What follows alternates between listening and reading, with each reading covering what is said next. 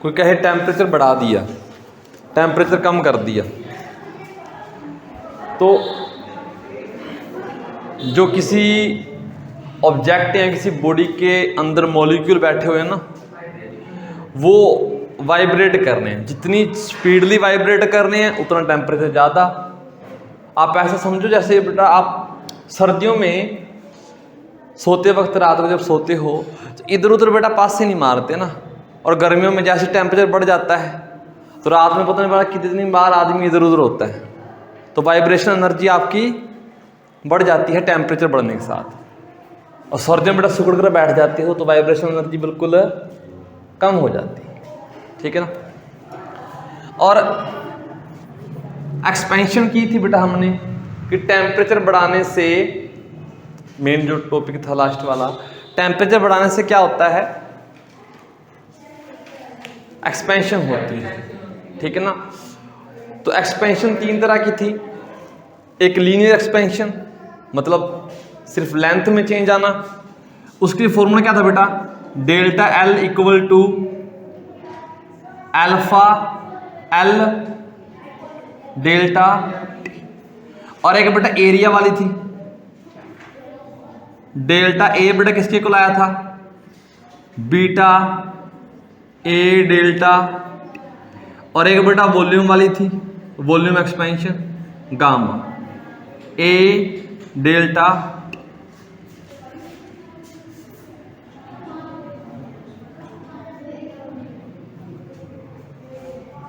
आप इनको एक नए तरीके से भी कर सकते हो। देखो ये डेल्टा एल क्या है, चेंज, और डेरिवेटिव में पढ़कर आए हो, यही चेंज अगर बहुत बहुत छोटा हो जाए तो डी टी डी एल बन जाएगा ना। इतना तो पढ़ लिया होगा ना बेटा आपने, लिमिट कर ली बेटा।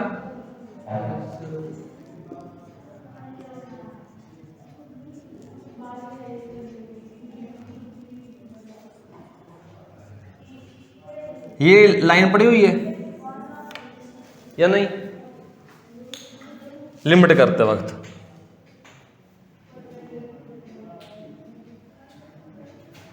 नहीं की हुई, उसमें टॉपिक आएगा, नहीं तो 12th क्लास में कवर हो जाएगा कि अगर आपका डेल्टा टी बिल्कुल, डेल्टा एक्स बिल्कुल ही स्मॉल सा हो गया ना, ठीक है ना, डेल्टा एक्स बिल्कुल ही स्मॉल सा हो गया तो ये बन जाएगा D Y by D x.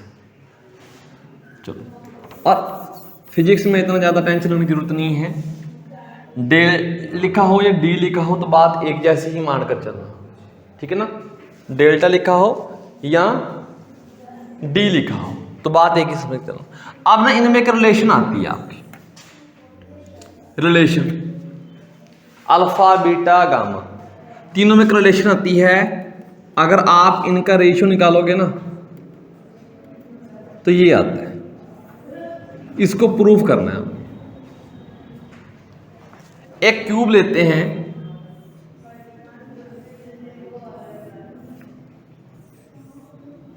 और इसकी लेंथ बेटा एल मान लो, सारी साइड की लेंथ एल एल मान लो, काम आसान हो जाएगा। सिंपल बेटा इसकी लेंथ कितनी आएगी इस क्यूब की, अगर किसी एक साइड की लेंथ की बात करें तो एल आ जाएगी। एरिया कितना आएगा, किसी एक फेस के एरिया की बात करोगे तो एल स्क्वायर आ जाएगा। वॉल्यूम की बात करोगे तो एल क्यूब, ठीक है। अब डीएल कितना आएगा बेटा, डीएल आता है alpha L into D T, हम ये भी लिख सकते हैं। यहां तक तो बेटा कोई दिक्कत नहीं है।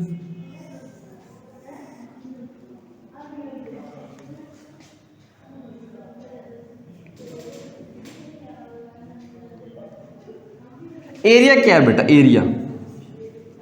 एरिया एल स्क्वायर है ना।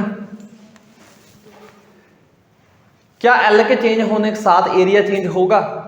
जब आप टेम्परेचर दोगे, हीट दोगे, ठीक है ना, आफ्टर, यहां पर लिख लो आफ्टर टेम्परेचर इंक्रीज कर। जब टेम्परेचर इंक्रीज किया तो डेल्टा एल तो बेटा इतना आ जाएगा, लेंथ में चेंज, क्या लेंथ में चेंज होने के साथ साथ एरिया में चेंज आएगा? आएगा ना। मान लो ये बोर्ड है, अगर इसकी लेंथ चेंज करेंगे ये भी चेंज होगी, ये भी चेंज होगी, इसके ओवरऑल एरिया में भी चेंज आएगा। तो डेरिवेटिव को याद रखो, तो DA/DL, लेंथ के चेंज होने से एरिया चेंज हो रहा है, तो इसका डेरिवेटिव करना DA/DL कितना आएगा बेटा? क्या 2L आ जाएगा? डेरिवेटिव करोगे सिंपल सा, 2 आगे और पावर 1 कम कर दी, तो यहां से DA कितना आ जाएगा? 2L into DL। और DA हमें वैसे भी पता है कितना होता है, ध्यान से देखो। तो ऑल्सो DA बेटा कितना होता था? Beta A dt। देखो इस इक्वेशन में DA की वैल्यू पता है वो डाल दो, और DL की वैल्यू पता है वो डाल दो। डालना बेटा क्या आएगी? इस इक्वेशन में DA की वैल्यू डाल दो, इसको आप फर्स्ट कह सकते हो, put DA and DL in first. तो DA कितना आ गया बेटा? बीटा A dt, और यहां पर देखो 2L, और DL की वैल्यू बेटा क्या है? ध्यान से देखना क्या है, कहां गई DL की, अल्फा L dt। कुछ कट जाएगा, एक तो बेटा dt से dt के चला गया, और ये देखो एरिया कितना था? एरिया तो L स्क्वायर नहीं था, 2L अल्फा, तो ये L स्क्वायर से बेटा ये L भी कट गए, तो बीटा कितना आ गया बेटा? 2 अल्फा आ गया। एक ये रिलेशन मिल गया आपको, बीटा इक्वल टू 2 अल्फा। अब गामा और अल्फा में निकालने की कोशिश करते हैं बेटा। ये एक तो ये आ गया, आप इसको स्टार कह लो।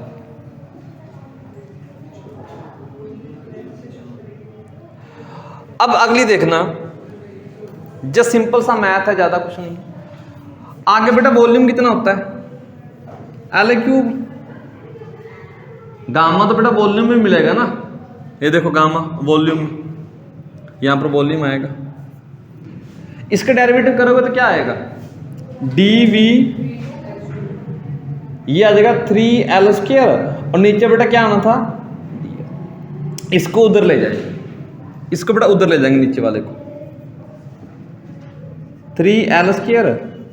भाई dV की वैल्यू पता है, DL की पता है, डाल दो बेटा आंसर मिल जाएगा। वैसे छोटा ही है, dV की वैल्यू बेटा यहां से डाल दो, gamma V into dt equal to 3L square, DL आ जाएगा बेटा अल्फा L, dt से बेटा dt मर गया, और वॉल्यूम तो L3 है ना, 3L स्क्वायर, ये बेटा L3 से ये दोनों मर गए, तो गामा आ गया बेटा 3।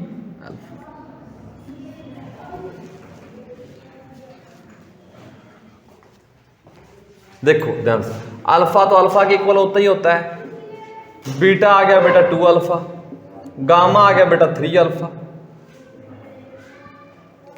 यहां तो ऐसे याद रख लो, अगर इनका रेशियो पूछे 1 मार्क्स में, चलो जी हो गया।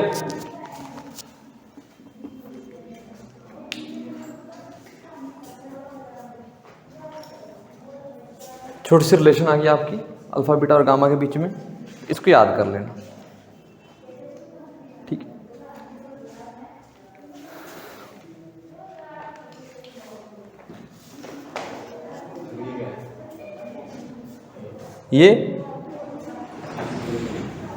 ये 3L स्क्वायर, 3L स्क्वायर। एक क्वेश्चन देता हूं, सोचना बेटा क्या बनेगा उसका, क्या नहीं बनेगा।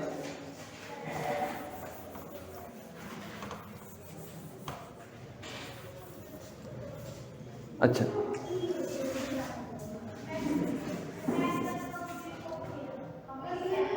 एक ऐसे बड़ा शीट है कोई मेटल की, इसके अंदर ना 2 होल है,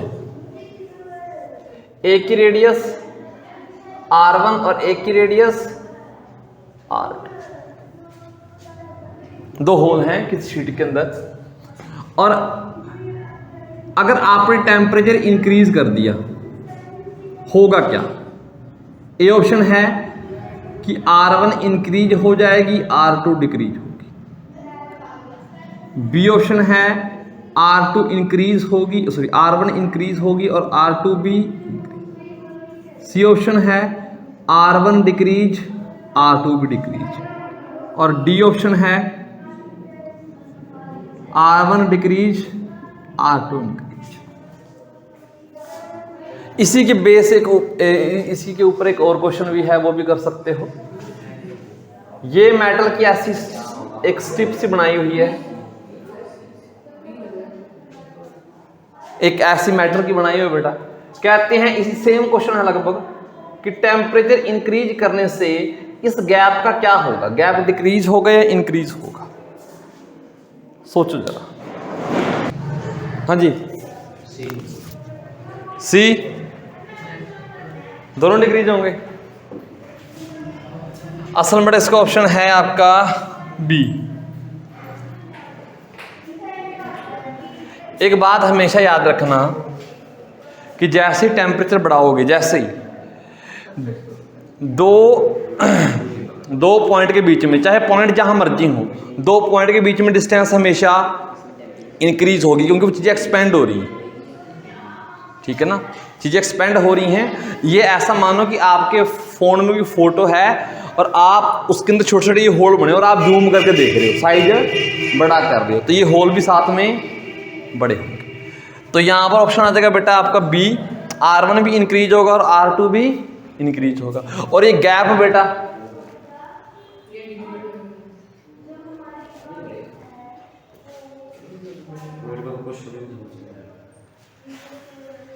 भाई क्वेश्चन ये था, मान लो आपके पास बेटा कोई मेटल की शीट है, लोहे की शीट मान लो, उसके अंदर आपने दो होल कर दिए, आप उसको गर्म कर रहे हो। गर्म करने पर हमें पता है कि मेटल क्या होगा, एक्सटेंड होगा, साइज बढ़ेगा उसका। अब साइज बढ़ेगा, वो कह रहे ये होल हैं जो, इनके बारे में बताओ भी, इनकी रेडियस यानी कि होल बड़े होंगे या छोटे होंगे? बड़े होंगे।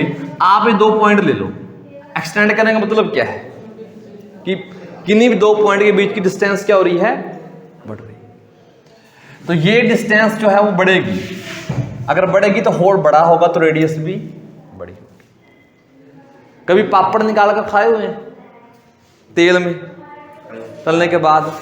जैसे मानो उसका साइज बड़ा होता है, उसमें छोटे छोटे होल भी बने होते हैं, वो भी साथ में बड़े होते हैं, वो छोटे नहीं होते। समझ के बात को? तो कुछ वैसा ये गैप भी बेटा क्या हो जाएगा, इंक्रीज ही होगा। ठीक है ना, ये गैप भी इंक्रीज ही होगा। तो जो गैप है बेटा वो भी इंक्रीज होगा।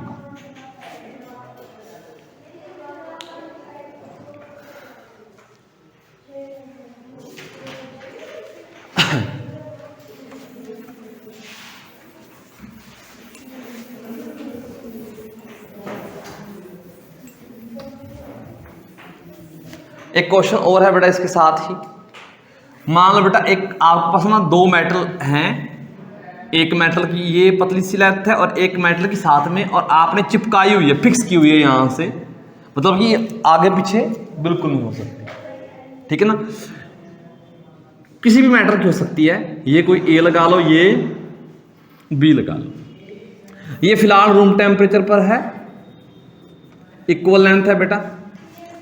आपने थोड़ा सा टेम्परेचर दिया इसको, ये बैंड होगा।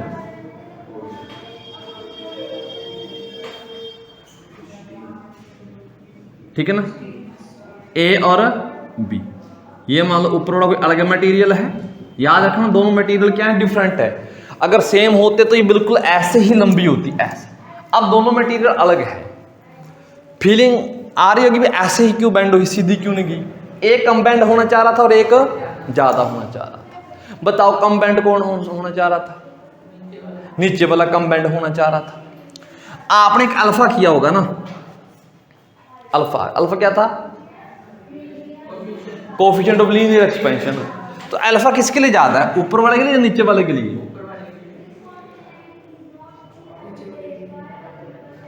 फॉर्मूला निकाल लो बेटा, फॉर्मूला याद है, delta L equal to alpha L,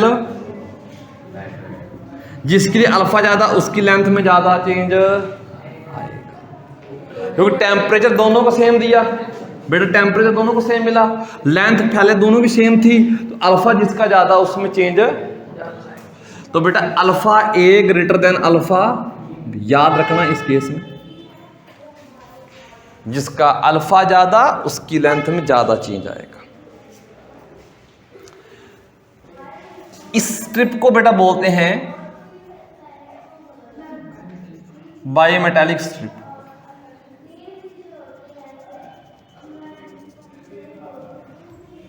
इसका यूज किया जाता है कई डिवाइस में, मतलब जैसे कुछ चीज होती है ना गर्म होने के बाद बंद हो जाती हैं, कुछ चीजें जैसे जैसे आपकी कोई मोटर होगी या मैंने टुल्लू पंप घर में लगवा रखा है, तो वो पुराना था तो वो गर्म होने के बाद रुकती थी ना, जल जाता था, तो नया लिया, मैंने पूछा भी, ये कह रहा है इसमें ऑटोमेटिक कट है, जब ये गर्म होगा अपने आप बंद कर देगा, तो उसमें ऐसी स्ट्रिप लगी होती है, ठीक है ना। मान लो कॉन्टैक्ट में थी, जैसे बेटा गर्म हुआ थोड़ी सी वो बैंड हो जाएगी, तो दूर हो जाएगी, कनेक्शन नहीं रहेगा तो बंद हो जाएगा, अगर नॉर्मल टेम्परेचर पर आएगी तो फिर वैसी की वैसी हो जाएगी। ऑटोमेटिक कट में भी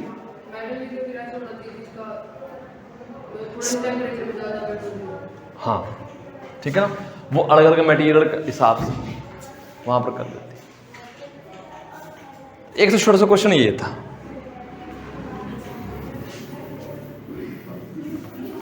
एक आप और बता सकते हो भाई,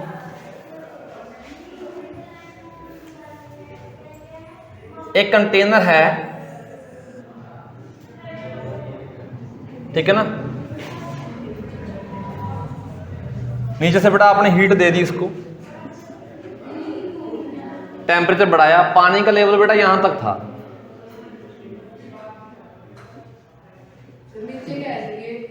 हीट दे दी बेटा हमने, हाँ क्वेश्चन लगा लो, कॉन्सेप्ट भी क्लियर हो जाएगा क्वेश्चन। जैसे बेटा आपने इसको हीट दी, देखो ये आपका हो सकता है ग्लास हो, अंदर हो सकता है वाटर हो सकता है ये मेटल हो सकता है अंदर लिक्विड हो, कुछ भी हो सकता है। मान लो ये मेटल है आपका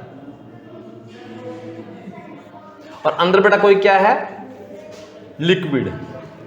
क्वेश्चन ये है, आपने टेम्परेचर बढ़ाया, ठीक है ना, तो वाटर लेवल के साथ क्या होगा, वाटर लेवल बढ़ेगा कम होगा, या पहले बढ़ेगा फिर कम होगा, या पहले कम होगा फिर बढ़ेगा? पहला ऑप्शन है वाटर लेवल बढ़ेगा और बढ़ता रहेगा, ठीक है ना। मान लो वाटर लेवल है, तो पहला है वाटर लेवल इंक्रीज होगा, बी है कि वाटर लेवल डिक्रीज होगा, सी है पहले इंक्रीज होगा फिर डिक्रीज होगा, और डी ऑप्शन है पहले डिक्रीज होगा फिर इंक्रीज होगा। सर ये दूध है? हाँ जी, दूध है? दूध नहीं है, वाटर लगा लो, लिक्विड कोई भी लगा लो। फिर तो सर टेम्परेचर कम करेगा, नहीं कम करेगा। देखो ध्यान से, वो तो है ही है कि वाटर या दूध बेटा उबलने के बाद बाहर आ जाएगा ना, वो केस इग्नोर करो फिलहाल, स्टार्टिंग का केस पढ़ रहे हैं हम। देखो जैसे ही आपने हीट दी तो मेटल भी तो बेटा एक्सपेंड होगा ना, हाँ जी ध्यान से सुनो, मेटल भी तो बेटा एक्सपेंड होगा, तो मेटल का साइज भी बढ़ेगा, और अंदर पानी है, पानी भी बढ़ना चाहेगा, तो ज्यादा पहले कौन बढ़ेगा? देखो मेटल जो होता है इसको हीट पहले मिली, तो पहले मेटल बढ़ जाएगा, पानी इतना ज्यादा नहीं बढ़ेगा, तो पानी का लेवल पहले डिक्रीज हो जाएगा। मान लो पानी जिस बर्तन में पड़ा था वो एकदम से बढ़ गया तो लेवल नीचे आएगा। अब उसके बाद धीरे धीरे क्या होगा, जैसे पूरा गर्म हो गया, अब उसके बाद वाटर गर्म होना स्टार्ट हो जाएगा ज्यादा, और वाटर में एक्सपेंशन, लिक्विड में एक्सपेंशन ज्यादा होती है एज कंपेयर टू सॉलिड, और गैस में एक्सपेंशन सबसे ज्यादा होती है, ठीक है ना। तो मतलब पहले लेवल डिक्रीज होगा फिर इंक्रीज होगा। तो जो वॉल्यूमेट्रिक एक्सपेंशन है ये आप गामा लगा लो, गामा बेटा सॉलिड के लिए सबसे कम, लिक्विड के लिए उससे ज़्यादा, और गैस के लिए सबसे ज़्यादा।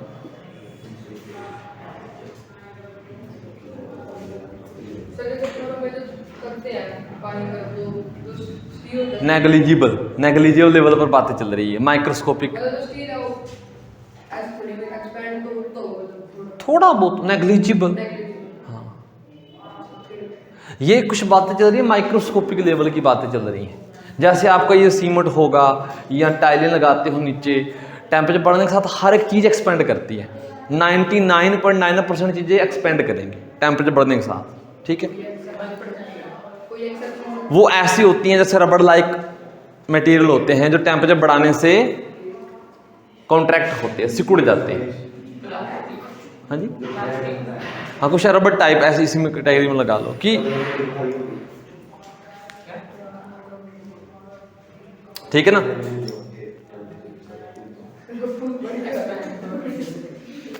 ये छोटा छोटा सा चेंज हो रहा है जिनको आप डेली लाइफ में ज़्यादा ध्यान नहीं देते।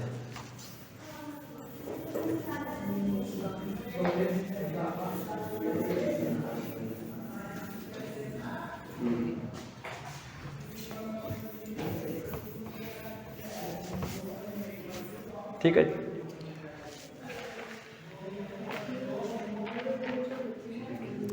इसकी एप्लीकेशन देखो, थर्मल एक्सपेंशन की एप्लीकेशन क्या है। थर्मल एक्सपेंशन की एप्लीकेशन ऑफ थर्मल एक्सपेंशन। ध्यान से बेटा, पहली बेटा जो आपका रेलवे ट्रैक होता है, ठीक है ना,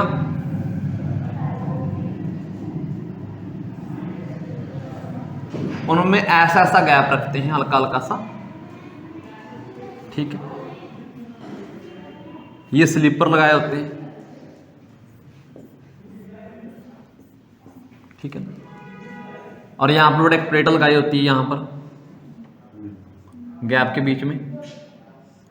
ये गैप हल्का सा होता है, ये नहीं 2 फीट का गैप होगा, बस इतना सा होगा, क्योंकि इतना ज्यादा एक्सपेंड थोड़ी होता है लोया टेम्परेचर बढ़ने से, नेग्लिजिबल सा होता है। कौन कौन सी? ये काफी, वैसे रियल लाइफ में देखोगे तो काफी ज्यादा डिस्टेंस पे होती है, इतनी ये भी नहीं कि 5-5, 10-10 फुट पे कर देते हैं, इतनी ज्यादा भी नहीं करते हैं। तो एक डिस्टेंस होती है, मतलब सफिशिएंट लार्ज होती है, मतलब इतनी कम भी नहीं होती और इतनी ज़्यादा भी नहीं होती। हमारा मेन पर्पज है कि यहाँ पर बेटा इससे बोलते हैं फिश प्लेट, बोलते हैं इसे फिश प्लेट, और ये स्लीपर होते हैं आपके। हाँ, अब ये लगाने का पर्पज है कि ये सीधा भी तो रहे ना, ये नहीं कि इधर उधर हो जाए कहीं। ऐसा एडजस्टेबल होता है कि अगर बढ़ेगी भी तो यहां पर ये एडजस्ट हो जाएगी। अगर ये ना हो और बेटा ये लगातार हो, कॉन्टिन्यूस हो, तो टेम्परेचर बढ़ने के साथ बेटा ये कुछ ऐसी बन जाएगी, ठीक है ना। कम ज्यादा गैप भी हो सकता है, पता नहीं कैसे बेंड कर जाएगी, जैसे मर्जी करे, जरूरी थोड़ा पैरेलल ही जाए बेटा, कम ज्यादा भी हो सकती है कुछ, ठीक है। तो फिर बेटा ये काम हो जाएगा और यहां पर एक्सीडेंट होने का चांस बढ़ जाता है, तो वो गैप देकर रखते हैं। दूसरा बेटा, जो घरों में बेटा सीमेंट डाला जाता है, सॉरी नीचे फ्लोर में टाइलें लगाई जाती हैं, ठीक है ना। पुराने जमाने में बेटा सीमेंट डाला करते थे दाना दाना सा, एक बीच में ना शीशे का वो लगवा देते थे, ऐसे बॉक्स बनवा देते थे, ठीक है ना, और इसके बीच में भर दिया, फिर अगला बॉक्स बना दिया, उसके बीच में भर दिया। यह कह लो हल्का सा गैप, जैसे यहां पर भी है 2 मटेरियल का बनाया हुआ। अगर गैप नहीं होगा तो क्रैक कम आएंगे, क्योंकि वो एक्सपेंड तो करेंगी, बेशक हल्का करें, बेशक जितना मर्जी करें। अगर आप कॉन्टिन्यूस फ्लोर बना दोगे लगातार, उसमें आपको क्रैक्स दिख ही जाएंगी अगर आप ध्यान से देखने जाओगे। जिसके घरों के ऊपर लेंटर लगा हुआ है, ठीक है ना, तो ऊपर ध्यान से जाकर देखना, हल्की हल्की क्रैक आपको दिखेंगे। माइक्रोस्कोप के लेवल तक आपको दिख जाएगी, ठीक है ना। वो तो मजबूरी है, अब कॉन्टिन्यूस होता ही होता है, ठीक है ना, हल्के फुल्के आपको दिख जाएंगे।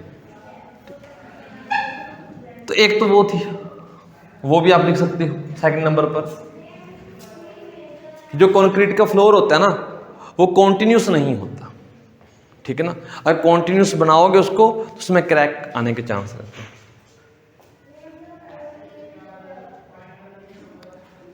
और हर तरह के मटेरियल होते हैं बेटा, किसी में एक्सपेंशन बहुत ही नेग्लिजिबल होती है, तो हम वही प्रेफर करेंगे जिसकी एक्सपेंशन कम से कम।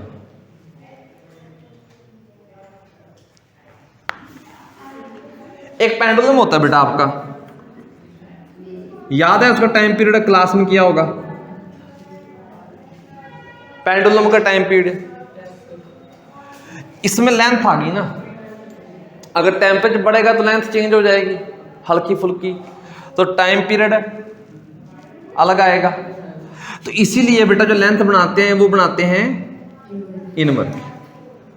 इनमर एक अलॉय है, ठीक है ना, ये आयरन प्लस निकल से मिलकर बना होता है। अलॉय मतलब दो अलग चीजों का मिक्सअप करके बनाया गया चीज है, इसको इनमर बोल देते हैं।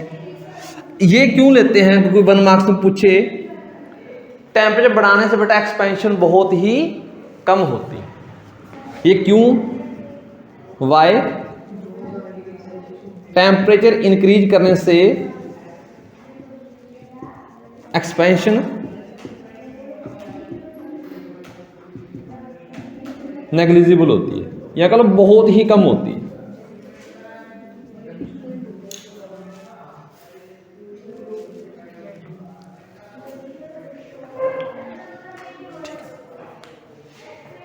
ये आगे फॉर्मूला ड्राइव करेंगे अगले चैप्टर में जाकर। एक आती है, ये हो गया थर्मल स्ट्रेस। स्ट्रेस तो पढ़कर आए थे ना, स्ट्रेस क्या थी, फोर्स पर यूनिट एरिया, यही थी या कुछ और थी।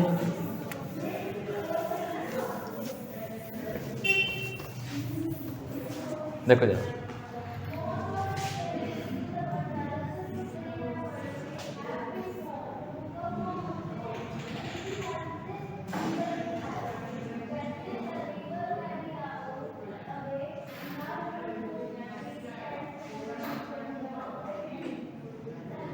एक ना बेटा हमने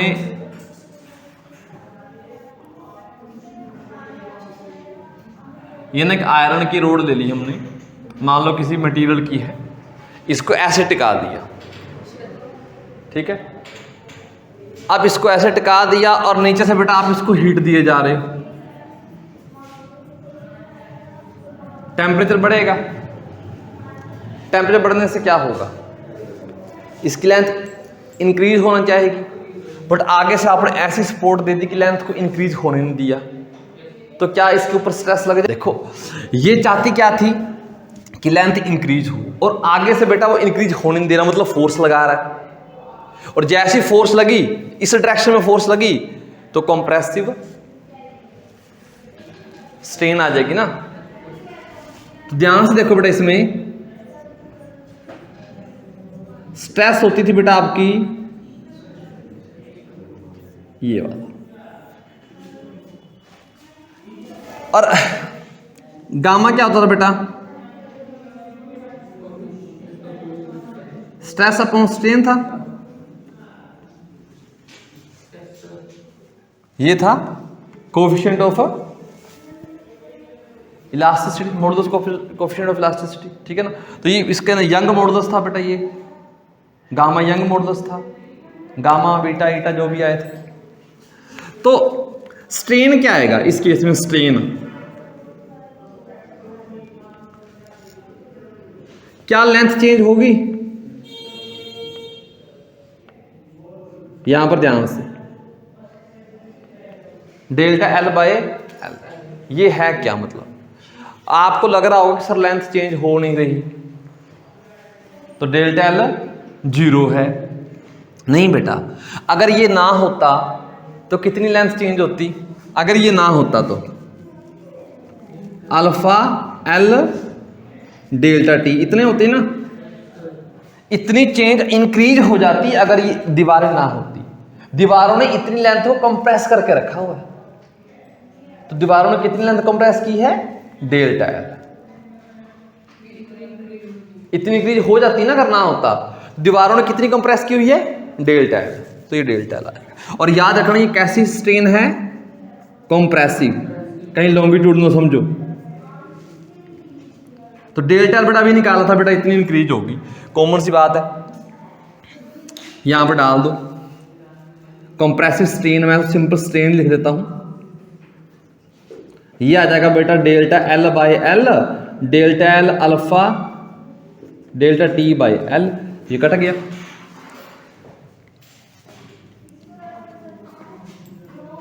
और गामा बेटा स्ट्रेस आ जाएगा, डिवाइड में बेटा ये आ गया, स्ट्रेन कितनी आई आपकी, alpha into delta T.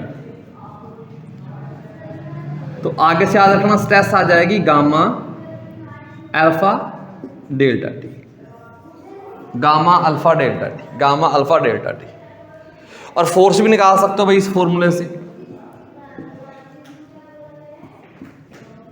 Stress into area.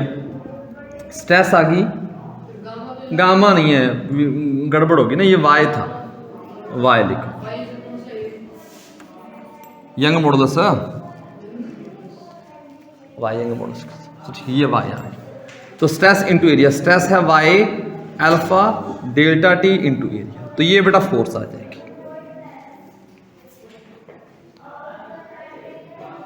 ये जो स्ट्रेस आती है ना बेटा, ये स्ट्रेस आई, इस स्ट्रेस को बेटा थर्मल स्ट्रेस भी बोल देते हैं।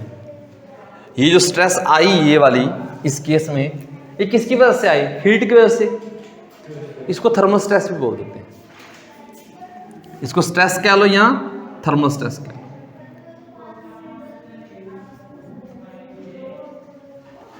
थर्मल स्ट्रेस,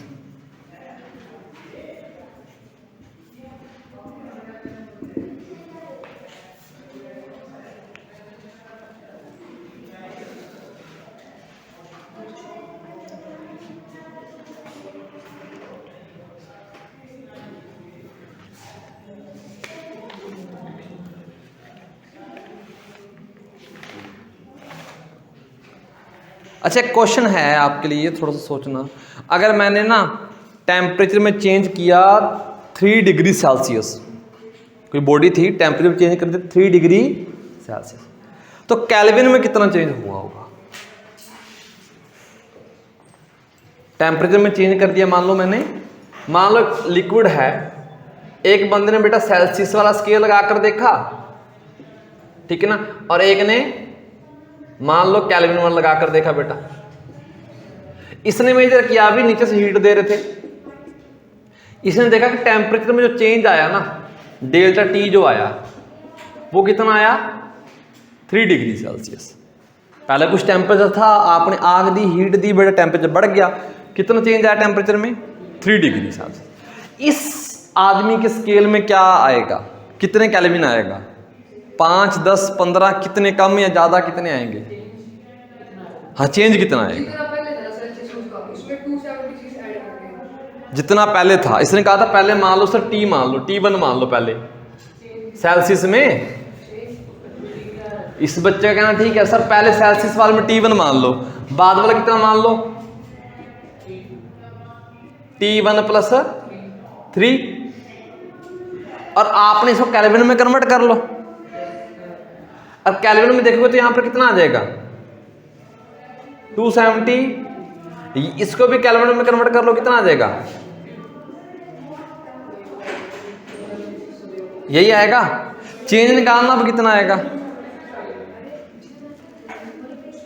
भाई, इसका डिफरेंस चेंज था ना, चेंज देखना कितना आएगा, 3 आएगा ना, यहां पर बेटा 3 आएगा, करके देख लो।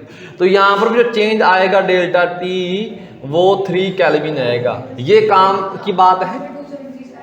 अगर देखो ध्यान से, जितना चेंज सेल्सियस वाले स्केल में करोगे उतना ही केल्विन वाले में आएगा।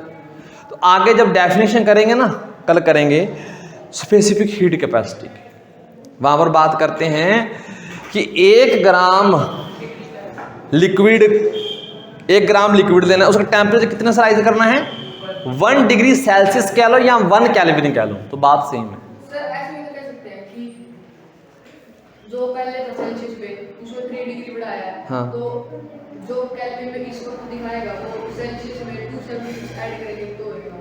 हाँ वो था, मैंने चेंज पूछा ना, चेंज कितना आया दोनों में, चेंज तो 3 डिग्री का शो होगा। अब ये क्वेश्चन बेटा दूसरा, इसको चेंज कर लो। एक बंदे ने तीसरा थर्मोमीटर डाल दिया बीच में, वो फ़ारेनहाइट वाला था बेटा, वो फ़ारेनहाइट वाला था, तो फ़ारेनहाइट में कितना चेंज आया होगा, करके देखो भाई। सेम नहीं आएगा इस बार, पहले बता रहा हूं, तो चेक करो भाई फ़ारेनहाइट में कितना चेंज आएगा।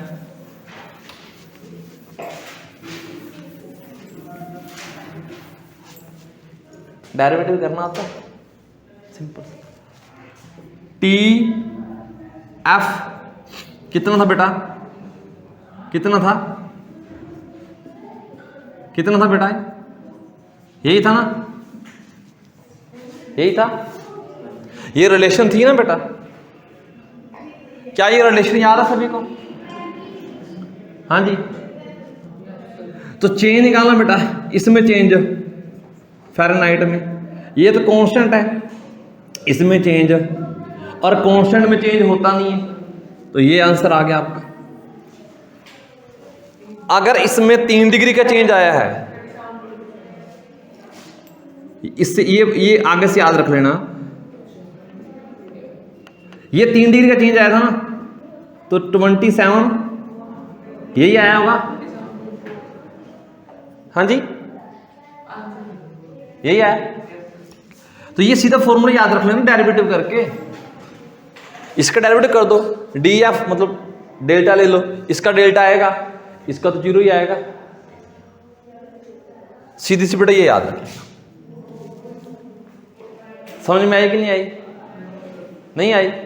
देखो मान लो टाइम के साथ साथ टेम्परेचर को चेंज कर दो, तो यहां पर इसका डेरिवेटिव कर दो विद रिस्पेक्ट टू टाइम, कर दिया, ये तो कांस्टेंट है, इसका डेरिवेटिव तो 0 हो जाएगा।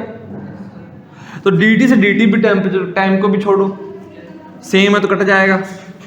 अब देखो ये क्या होता है, dTc सेल्सियस में कितना चेंज आया, और ये क्या है फ़ारेनहाइट में कितना चेंज आया, तो ये एक रिलेशन मिल गई ना। यहां पर 3 डिग्री का चेंज आया था, तो 3 रख दो बेटा, तो फ़ारेनहाइट में कितने का चेंज आया होगा 27/। ऐसे आप ये भी कर सकते हो केल्विन वाली, ठीक है ना। वो क्या रिलेशन थी बेटा,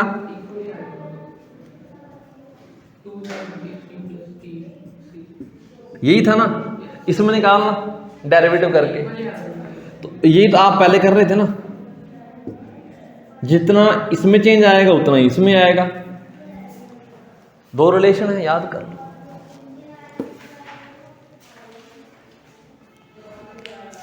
तो कल करेंगे आपकी वो specific heat capacity, molar heat capacity,